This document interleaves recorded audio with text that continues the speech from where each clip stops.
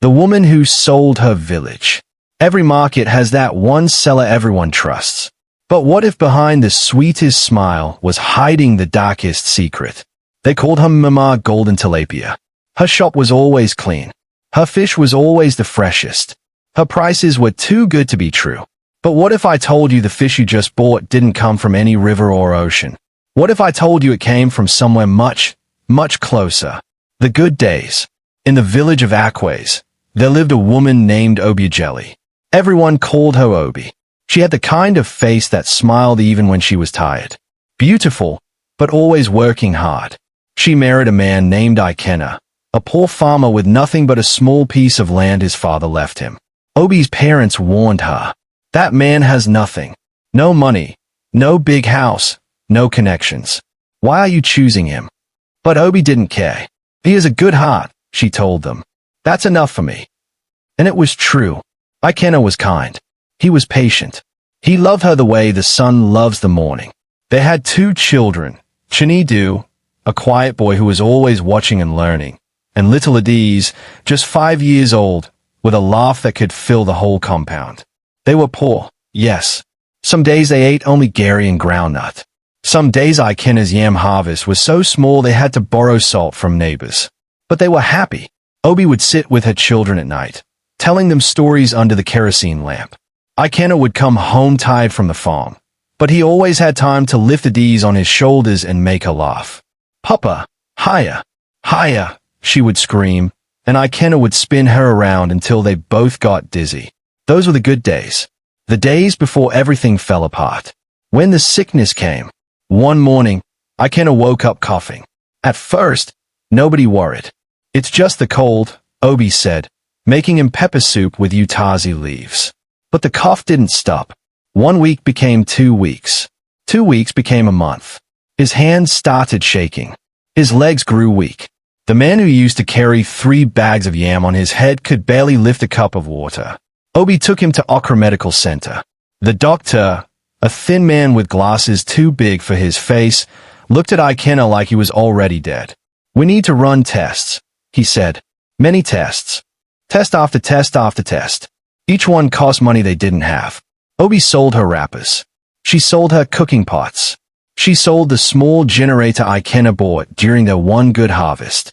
Still, Adaeze got worse. His skin turned yellow. His breathing sounded like broken glass. Finally, Obi went to Adaeze's brothers, Jubam and Okafor. She knelt before them in their big compound, the one their father left for all the sons but somehow only they enjoyed. Please, she begged. He's your brother. Help me save him. Jubam laughed. Actually laughed. Is he not your husband? You said love is enough, didn't you? Go and use love to buy medicine. Okafor added, we're not rich either. It's not our duty to carry another man's burden. Obi cried all the way home. When she got there, Adaeze was sitting outside holding Adaeze, who was asking, where is Papa? When is Papa coming home? 3 days later, Adaeze died. His eyes were open when he went. Obi screamed so loud, the whole village heard her. She screamed until her voice broke. She screamed until she had no more sound left inside her. At the burial, only a few people came. Adaeze's brothers didn't even pretend to cry. They stood at the back, waiting. 3 days after the burial, they came to the house. Not with food. Not with condolences. They came with anger. This house belongs to our father, Jubam said. The land too. You have no right to be here. But Adaeze, Obi started. Adaeze is dead, Okafor interrupted. And you probably killed him with your witchcraft. Pack your things and get out. You and those children. Where will we go? Obi begged. Please, just give us time. Time. Jubam spat on the ground. You're lucky we're just throwing you out and not doing wise. Now go before we change our minds. And just like that, Obi, Adaeze, and little Adaeze were on the street. They walked through the village with their small bags, looking for somewhere, anywhere to sleep. Nobody opened their door. People looked away when they passed. After 3 days of sleeping outside under a tree, Obi found an abandoned hut at the edge of the village. It was falling apart, with holes in the roof and lizards running on the walls. But it was shelter. Mama, why did Uncle throw us out? Adaeze asked that first night. Obi held her close. Shush, my baby. Don't worry. Everything will be okay. But everything was not okay, and it was about to get much, much worse. Every morning, Obi would wake up before the sun. She would go to the big houses in the village and beg for work. Any work.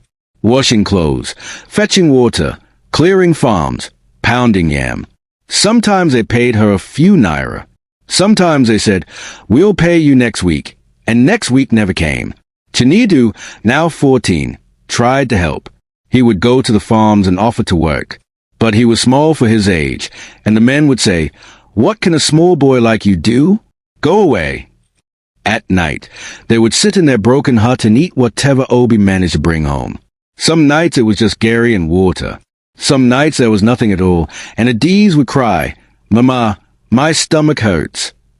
One woman, Adana, who sold vegetables in the market, was different. She was young, maybe 25, with a kind face. Whenever she saw Obi struggling, she would quietly slip her some food. A few wraps of akara, some plantain. Once, a small bag of rice.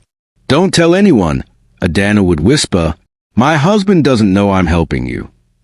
Obi would cry and say, God bless you. You're the only one with a good heart in this village. Years crawled by like wounded animals. Chinedu grew taller but thinner. Adaeze, now 7, stopped asking questions. She just accepted that this was life. Hunger, shame, work, and more hunger. Then one afternoon, Chinedu came home from fetching firewood looking strange. His eyes were red. His skin was hot. By evening, he was burning with fever. By night, he couldn't stand up. Obi carried him on her back all the way to Aqua Medical Center, the same place where Ikena died. The same doctor with big glasses looked at Chinedu and sighed. He has a severe infection. It's in his blood. We need to start treatment immediately. Yes, doctor. Please, Obi said quickly. Help him. Do anything. The doctor looked at her like she was stupid. You need to deposit 300,000 naira before we begin treatment. The world stopped. Obi felt like someone punched her in the chest. Doctor, I don't have that kind of money. But please, help him first. I'll find the money. I swear I'll bring it. Just don't let him die. I'm sorry, the doctor said, already walking away. No payment, no treatment. That's a policy. Obi dropped to her knees right there in the hospital. Please, he's just a child. Please. But the doctor was gone. The nurses looked away, and Chinedu lay on the floor mat, shaking and sweating. Obi ran. She ran through the village like a mad woman. She didn't feel the stones cutting her feet. She didn't care that people stared. She went from house to house, compound to compound, begging, crying, explaining. She went to Mama Golden, the woman she worked for the most, the woman whose house she cleaned, whose clothes she washed, whose food she cooked. Please, Mama, Obi begged, kneeling at her doorstep. My son is dying. The hospital needs money. I'm begging you. Mama Golden looked down at her with cold eyes. Do I look like I grow money on trees?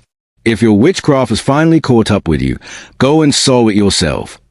Please then, at least pay me the money you owe me. All those months I worked for you. Mama Golden laughed. I don't have anything now. Come back next month. But my son will die by next month. Then maybe that's God's will. And she closed her door. Obi went to 10 houses, 20 houses. Some people didn't even open their doors. Others said, this is your punishment for marrying that useless man. When she got back to the hospital, empty-handed, the nurses told her, take him home. There's nothing we can do. That night, in their broken hut, with only a small candle for light, Chinedu died. He was holding his mother's hand. His last words were, Mama, I'm sorry I couldn't help you. Obi's scream was so terrible that dogs in the village started howling. She held Chinedu's body and screamed until morning came. Little Adaeze sat in the corner, crying quietly, not understanding why her brother wouldn't wake up. When Adana heard the news, she came with some cloth to wrap the body and helped Obi dig a grave behind their hut. She was the only one who came. the only one who cried with them. After Chinedu was buried, Obi stopped talking. She would just sit and stare at the wall for hours. Adaeze would try to make her eat, but she would just shake her head. One evening, as Adaeze sat beside her mother, Obi suddenly grabbed her hand. Her eyes cleared for the first time in days. She looked directly at her daughter and said something strange.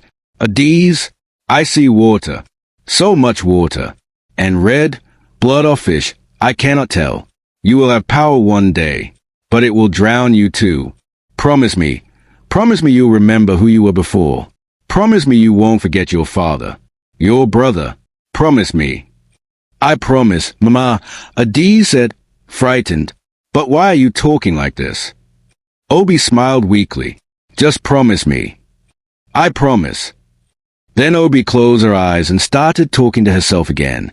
But Adaeze never forgot those words. They would haunt her for the rest of her life. 2 years passed. Obi and Adaeze, now 9 years old, worked together like shadows. Mother and daughter, moving from farm to farm, doing whatever work they could find. Some days they ate. Some days they didn't. Then Obi fell sick. It started like Ikena's sickness, coughing, weakness, shaking.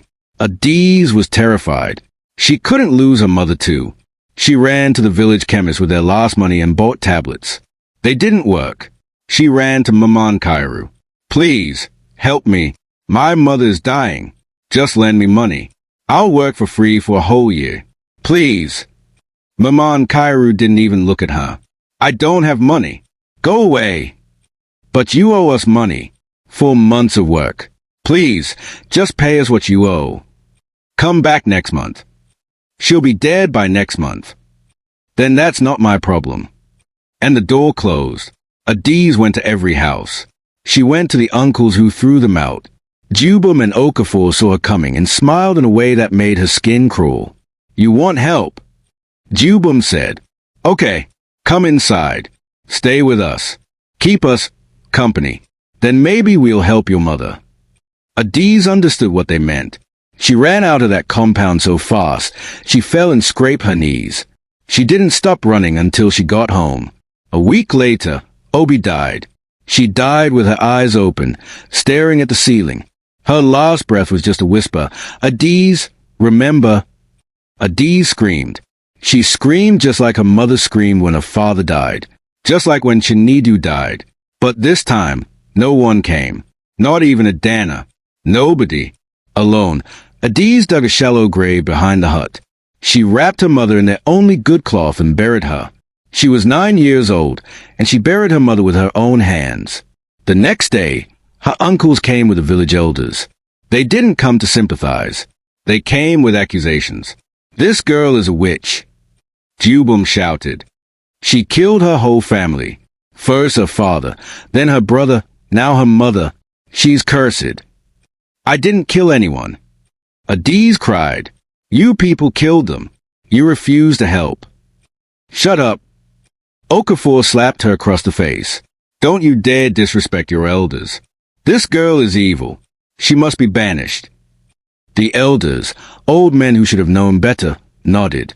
If the family says she's cursed, then she must leave Aquays. We cannot harbor a witch child. And just like that, 9-year-old Adaeze was driven out of the village. People threw stones at her as she walked. Children she used to play with spat at her. Women she worked for cursed her. Only Adana stood at the edge of the village with tears in her eyes, but she said nothing. She couldn't. Her husband was watching. Adaeze walked and walked until she reached the river. The same river where her mother used to fetch water when they still had a home. She sat on a rock and cried. She cried until she had no more tears. Then she just stared at the water, thinking about walking in and never coming back out. Why are you crying, child? Adaeze jumped.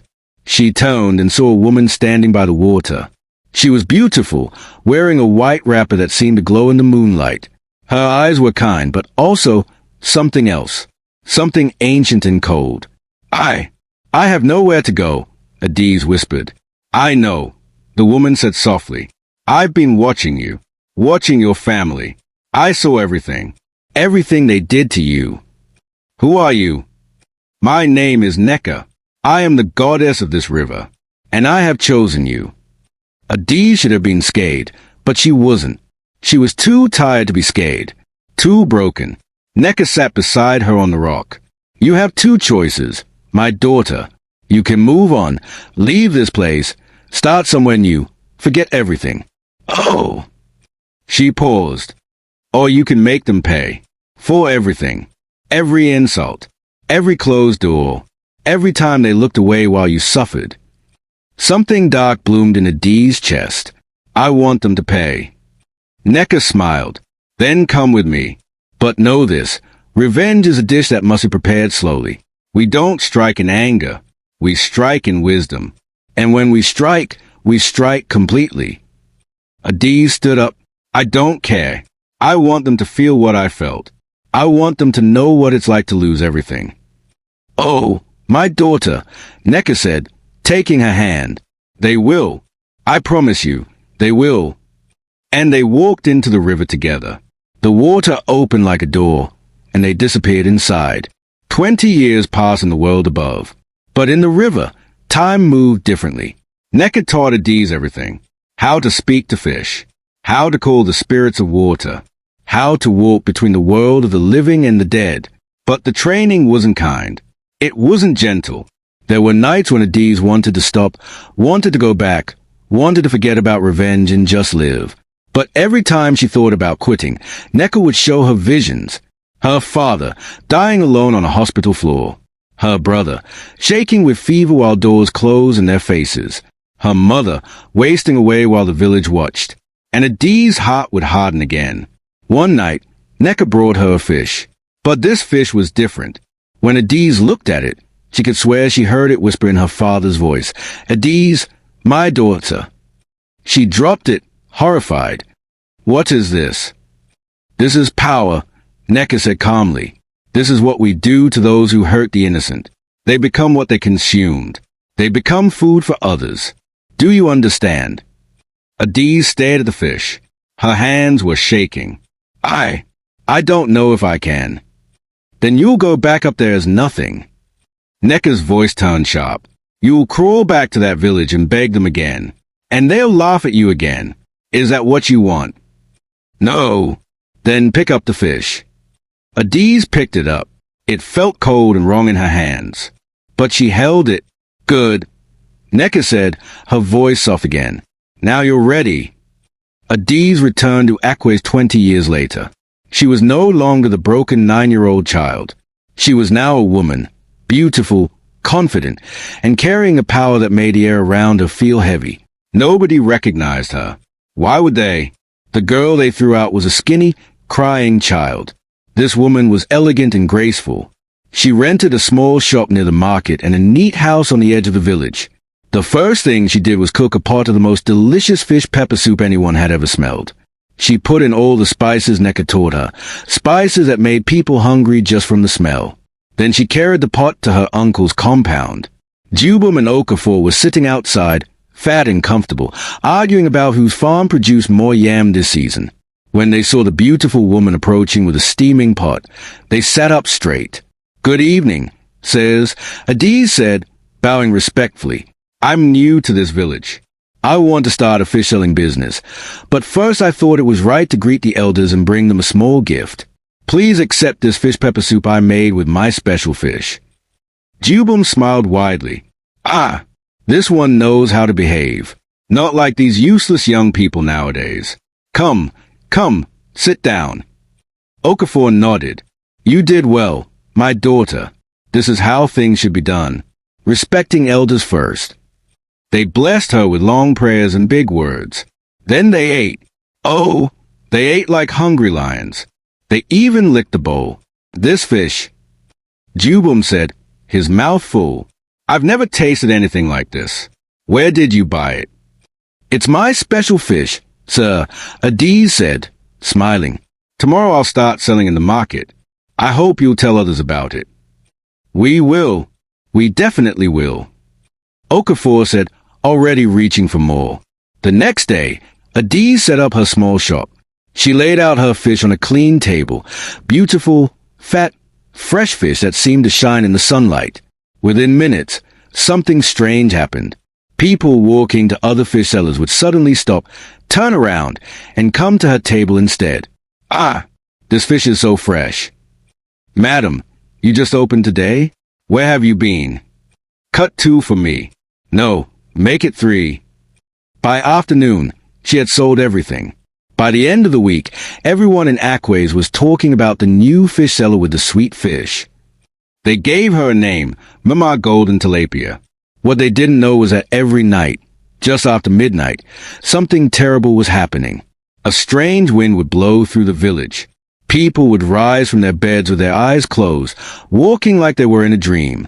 Men, women, even children, walking barefoot through the dark, heading toward the river. The goddess Neca was waiting. The water would open, and they would walk in. Their bodies would shimmer and change, scales replacing skin, until they were fish. Beautiful, fat, fresh fish. By morning, they would appear at Adaeze's doorstep in large baskets. She would smile, carry them to her shop, and the cycle would continue. And nobody noticed. Nobody questioned why people were disappearing. Because the fish was just so good, so cheap, so perfect. One day, a woman came to Adaeze's shop. It was Adaeze, the only person who had been kind to Obi all those years ago. She was older now, with gray in her hair, but her face was still kind. "Mama Golden Tilapia." Adaeze said warmly, "Everyone is talking about your fish. Let me buy some. I'm cooking for my grandchildren today."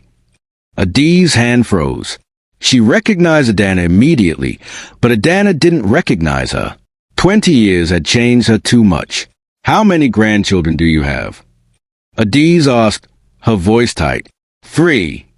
Adaeze said proudly, 2 boys and a girl. They live with me because, well, their parents disappeared 3 weeks ago. Just vanished in the night. It's been happening a lot in this village. Very strange. Adaeze's hand trembled as she wrapped the fish. "I'm sorry for your loss." "Thank you, my daughter. God knows best." Adaeze paid and started to leave, then turned back. "You know, you remind me of someone. A long time ago, there was a woman I tried to help Obi. She had a daughter named Adaeze. Such a sweet girl. The village treated them terribly. Sometimes I still think about them and wonder what happened." Adaeze's throat tightened. "What? What happened to them?" "They all died. Husband, son, then the mother. The village threw the little girl out, accused her of being a witch. I wanted to help, but..." Adaeze's eyes filled with tears. "I was a coward. I should have done more. I should have taken her in. Sometimes I still pray for her, wherever she is." Adaeze couldn't speak. She just nodded. Adaeze smiled sadly and walked away with a fish. That night, Adaeze couldn't sleep. She sat in her house, staring at the wall, and for the first time in years, she cried. Because Adaeze had been kind. Adaeze had helped. And now Adaeze's son and daughter-in-law were fish. And tomorrow, Adaeze's grandchildren might be too. She wanted to stop. She wanted to run to Adaeze's house and confess everything. But then she remembered all the others, Mama and Kairu, her uncles, the elders, all the people who closed their doors and turned their backs. "It's too late," she whispered to herself. "It's already too late." Months passed. Adaeze's business boomed. People came from neighboring villages just to buy her fish. Other fish sellers sat with empty tables, watching in confusion and anger.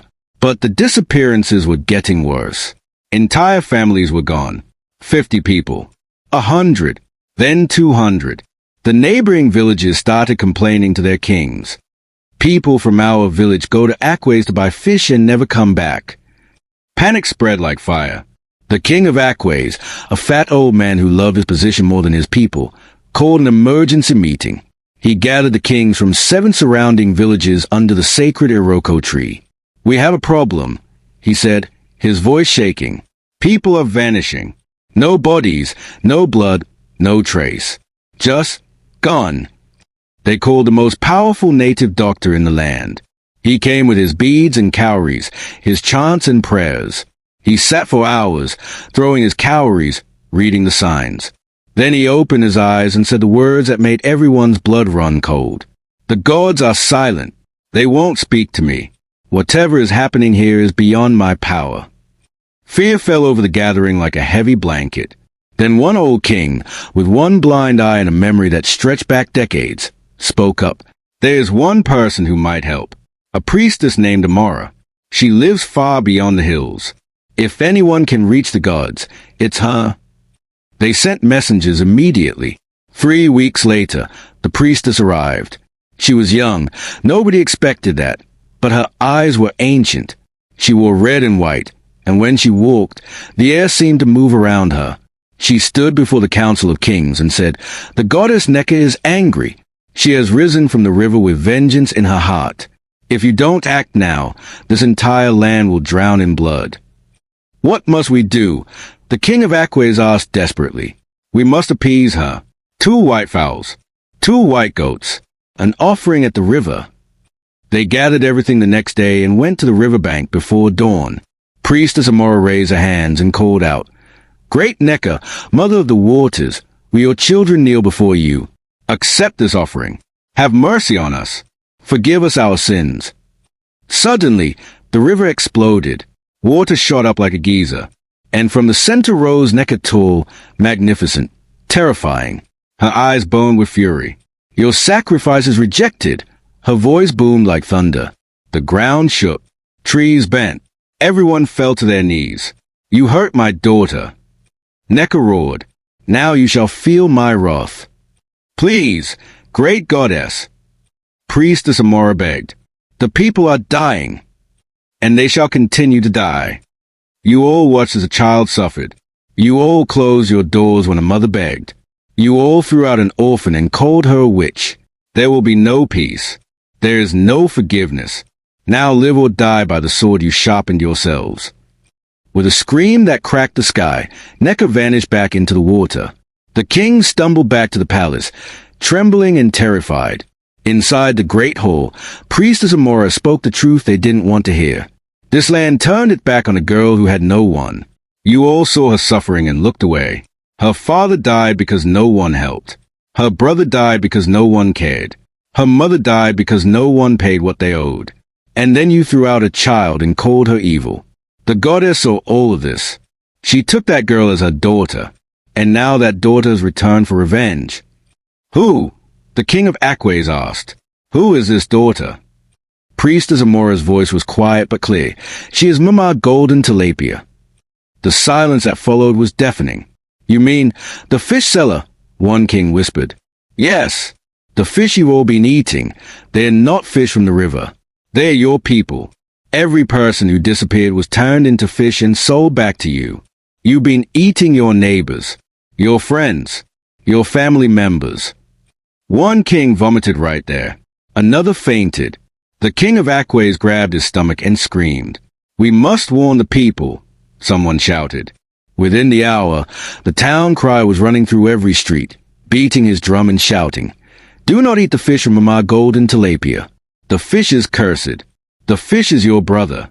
The fish is your sister. Do not eat the fish." People stopped in the middle of the road. Women dropped their pots and screamed. Men stood frozen in horror. "I ate my neighbor," one woman wailed, tearing at her clothes. "Oh God, I ate Mama. I ate her." "My son went missing last month," another woman cried. Did I eat my own son?" Chaos erupted. People were crying, vomiting, screaming. Some ran to the river to throw themselves in. Others ran to churches and mosques, begging for forgiveness. "Mama Golden Tilapia is Adaeze," someone realized. "The girl we threw out. She came back. We called her a witch and she became one. What have we done? What have we done?" That evening, the king of Aquays, shaking like a leaf, went to Adaeze's house. She was standing outside, arms crossed, waiting. She had already heard the town crier. She knew they knew. "Adaeze!" The king started, then fell to his knees. "Please, forgive us. We were wrong. Your uncles Jubam and Okafor are gone. They ate themselves. They were among the first to become fish. The villagers learned. Please, save your people." Adaeze's face was cold. "Save my people? My people?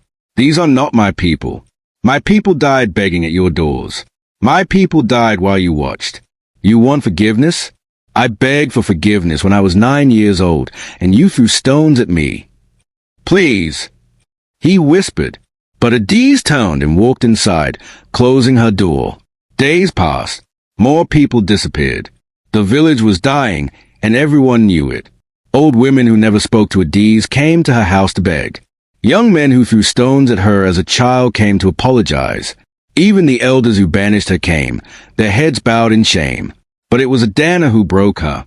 One evening, Adaeze came alone. She knocked softly. When Adaeze opened the door, Adaeze looked at her for a long moment, then whispered, "Adaeze, it's you, isn't it?" Adaeze said nothing. Tears ran down Adaze's face. "I loved you. When you were a child, I gave you food when no one else would. I cried when they threw you out.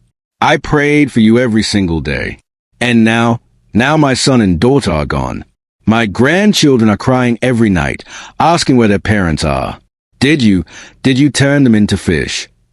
Adaeze felt something crack inside her chest. "Yes." Adaeze gasped, covering her mouth. "But you were kind to me," Adaeze said, her voice breaking. "You were the only one. I didn't mean for your family to." "But they did," Adaeze said quietly. "They had gone, and I fed them to my grandchildren, didn't I? I bought fish from you last week and cooked it for those children. Did they eat their own parents?"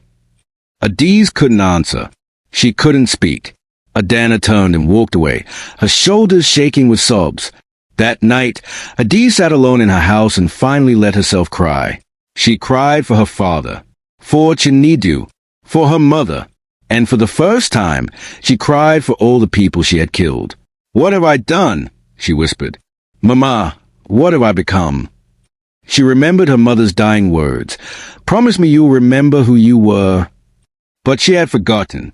She had become exactly what they called her, a monster. Part 10, the final choice. The next day, something unexpected happened. The entire village, old and young, rich and poor, gathered outside Adaze's house. Hundreds of people. They weren't angry. They weren't violent. They were just broken. They knelt in the dirt and wept. "We're sorry," they said together. "We were wrong. We were cruel. We were cowards. Please forgive us." The king of Aquays spoke. "Adaeze, we cannot undo what we did. We cannot bring back your family. But we're begging you, if not for us, then for the children.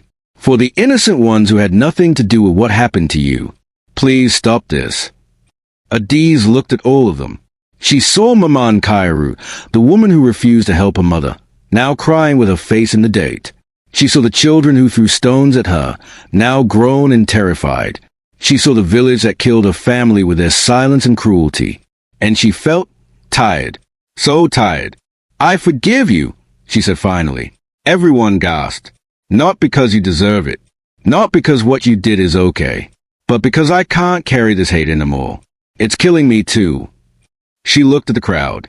"But forgiveness doesn't erase consequences. What I've done, I can't take it back." Priestess Amora stepped forward. "Adaeze, there's only one way to end this. You must return to the river. You must offer yourself to Neca. That is the only way peace can return." Adaeze nodded slowly. She had known this was coming. Deep down, she had always known how this would end. But then Priestess Amora said something that made her blood freeze. "And you must bring the child." "What child?" Adaeze asked. "The one you've been hiding in your house for the past 3 years." The crowd gasped. Adaze's face went pale. "How did you?" "The goddess told me," Amora said softly. "She demands both mother and child. Those are her terms." "No." Adaeze backed away. "No. She can take me, but not her, not my daughter." The crowd murmured in shock. Adaeze had a child? No one knew. "Please," Adaeze begged. "She's only 6 years old. She's innocent. She has nothing to do with any of this." "The goddess has spoken," Amora said sadly. "Without the child, the curse continues."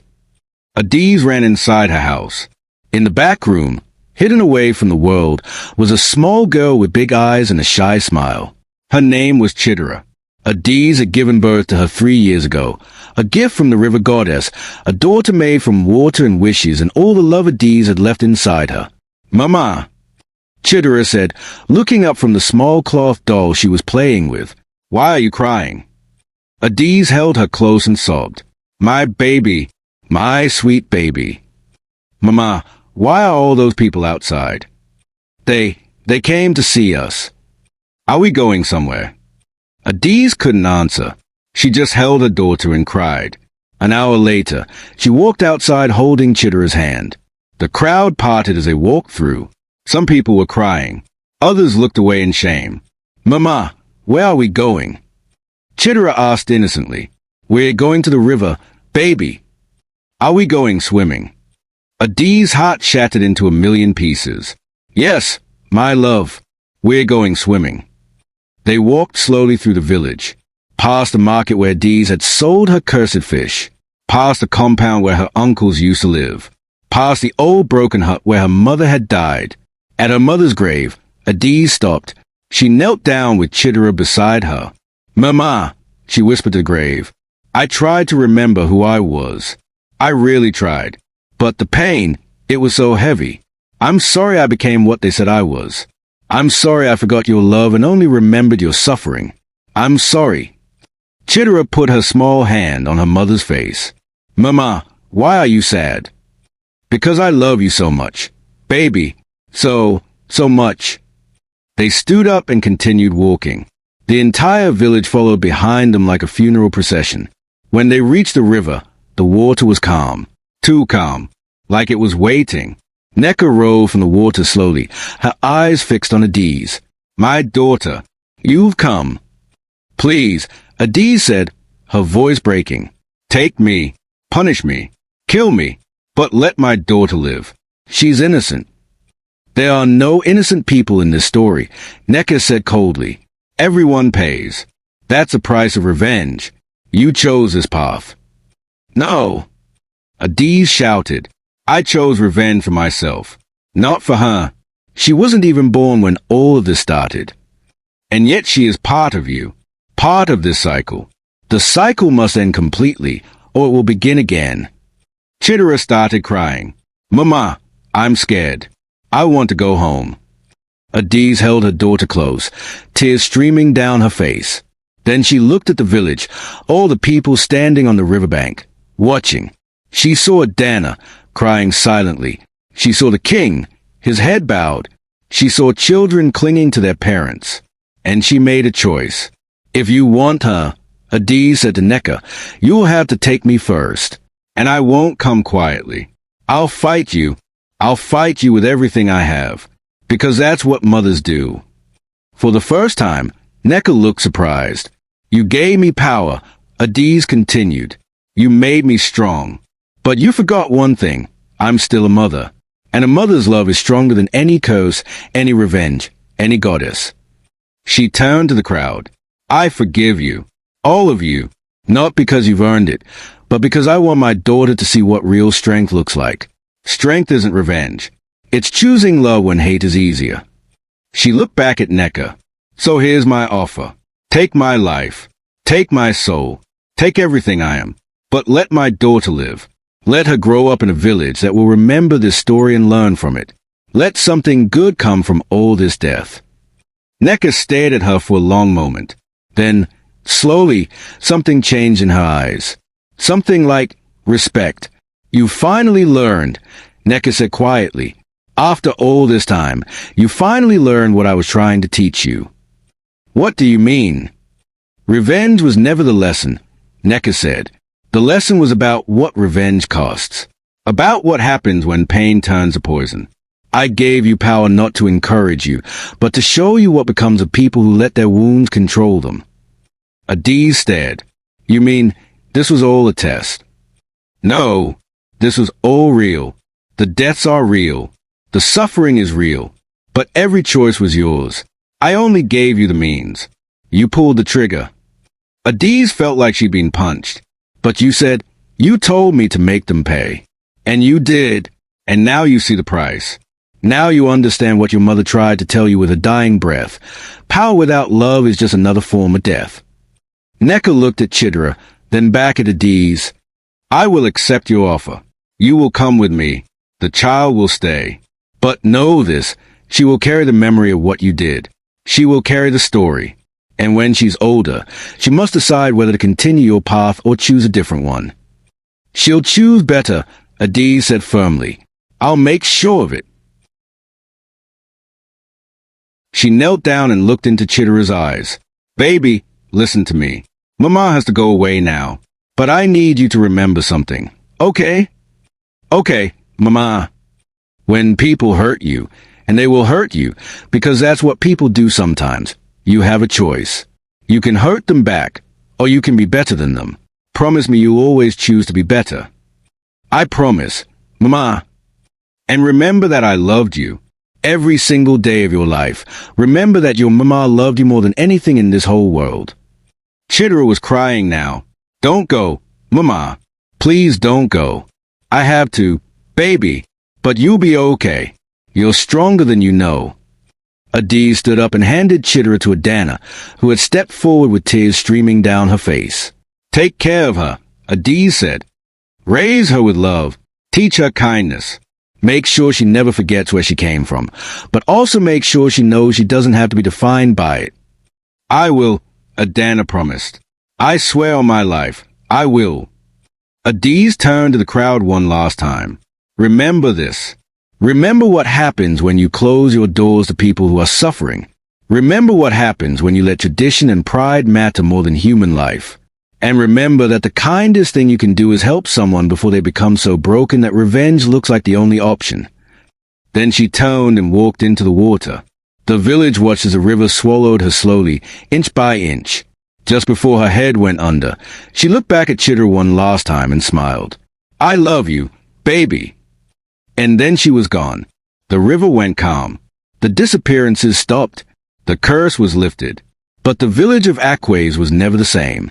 They buried empty coffins for all the people who had become fish, hundreds of graves in the village cemetery. Every family had lost someone. Every compound was missing a member. Chitara grew up in Adaeze's house, loved and protected. The village made sure of it. They had learned their lesson too late to save Adaeze, but they wouldn't make the same mistake with her daughter. Every year on the anniversary of that day, the entire village would gather at the river. They would light candles, sing songs, and tell Adaeze's story to the children, not as a ghost story, but as a warning, as a reminder, as a prayer that they would never let it happen again.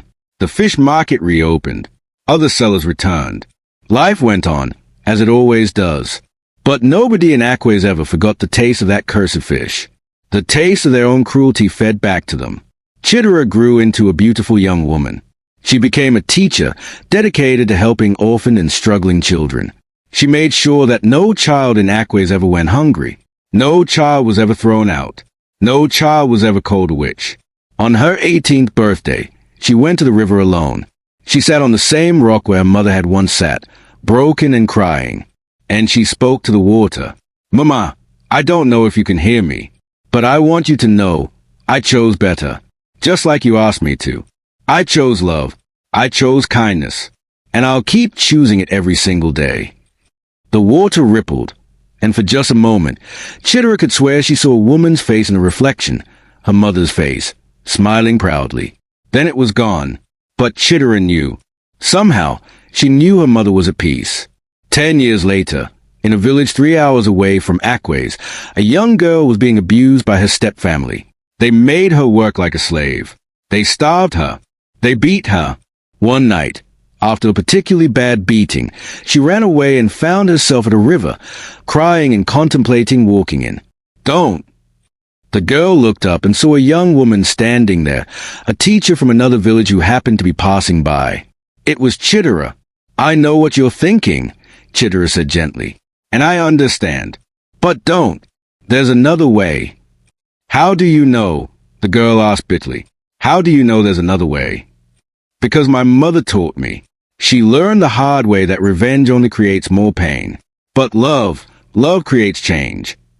Chitara sat down beside her. Come with me. I'll help you. You don't have to suffer alone. The girl looked at her suspiciously. Why would you help me? You don't even know me. Because someone once helped my mother when no one else would. And even though she forgot that kindness for a while, in the end, she remembered. And that memory saved me. Chitara smiled. Come on, let's go home. The girl hesitated, then took Chitara's hand. And together, they walked away from the river, in memory of all the Adaezes and Obies and Ikenas, the forgotten ones, the overlooked ones, the suffering ones we choose not to see. May we learn to help before the breaking point. May we learn to see before the vengeance begins. May we learn that every closed door, every turn back, every cruel word is a seed that might one day grow into something we cannot control. Be the one who helps. Be the one who sees. Be the one who cares. Because kindness is not weakness. It's the only thing that can break the cycle. Was Adaeze a villain or a victim who became a villain? Did she go too far, or did the village deserve what happened? Should she have forgiven them earlier, or was a final sacrifice enough? What would you have done in her place? Was the goddess Neca evil, or was she teaching a lesson? Do you think Adaeze should have done more to help when Adaeze was a child? Leave your comment below and please click and subscribe for amazing stories.